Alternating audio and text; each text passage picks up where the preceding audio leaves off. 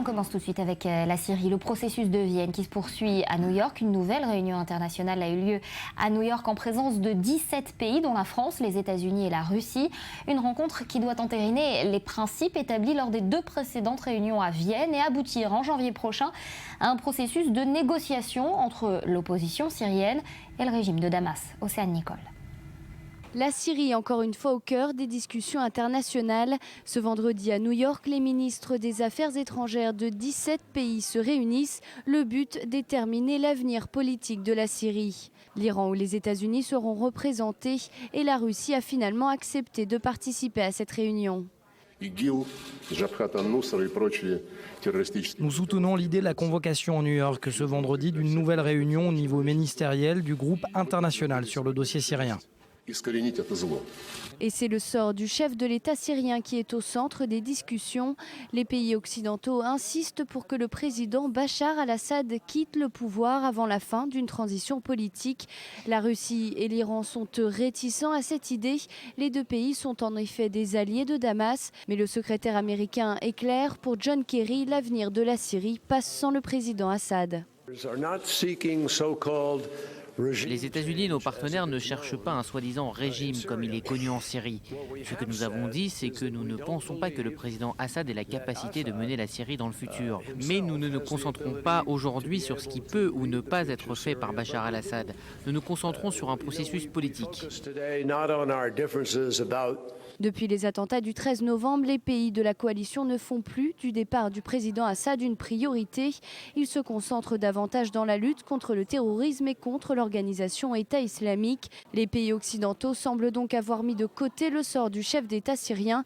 Mais l'objectif reste clair, l'avenir politique de la Syrie ne peut se faire avec l'actuel président. Alors justement, Ali Waqued, bonjour, merci d'être avec nous. La transition politique en Syrie, est-ce qu'elle a une chance d'être acceptée par Bachar el-Assad ? Pour le moment, ça n'a pas l'air d'être le cas parce que Bachar Assad, les partisans de Bachar Assad refusent en principe l'idée d'une transition. Ils disent que Bachar Assad doit accomplir son septennat et être présent avec d'autres candidats aux prochaines présidentielles en Syrie. Mais Nathalie, l'enjeu depuis l'entrée en jeu de la Russie a totalement changé. Les Américains et les Européens, avec les pays arabes sunnites qui ont été contre Bachar Assad, voit de plus en plus le trajet diplomatique et politique sur le trajet militaire. Ils prennent plutôt maintenant pour une solution politique. C'est vrai que certains pays continuent à armer l'opposition, mais ils penchent plutôt vers l'aspect diplomatique et politique. Et la question de Bachar Assad, le départ de Bachar Assad n'est plus un tabou parce qu'ils comprennent que pour pas mal de forces régionales et internationales, y compris dans certains pays de l'Ouest, de l'Occident, qui ont révisé leur politique. Ça veut dire qu'il faut s'associer à Bachar al-Assad pour vaincre Daesh? Parce qu'il y a une unanimité que sans troupes sur le sol, on ne peut pas battre Daesh. Pour le moment, la force principale qui bat Daesh, c'est l'armée syrienne. C'est vrai avec les milices du Hezbollah, mais essentiellement, c'est l'armée syrienne. Donc, à mon avis, si il y a un paquet diplomatique que Bachar Assad peut l'accepter, tout le monde peut gagner, utiliser l'armée syrienne contre l'État islamique, mais continuer à battre l'armée syrienne de l'autre côté et vouloir battre Daesh, pour le moment, ça n'a pas l'air de réussir. Et ce que vous dites également par ailleurs dans votre intervention, c'est aussi que des troupes au sol, finalement, c'est indispensable dans cette guerre contre Daesh.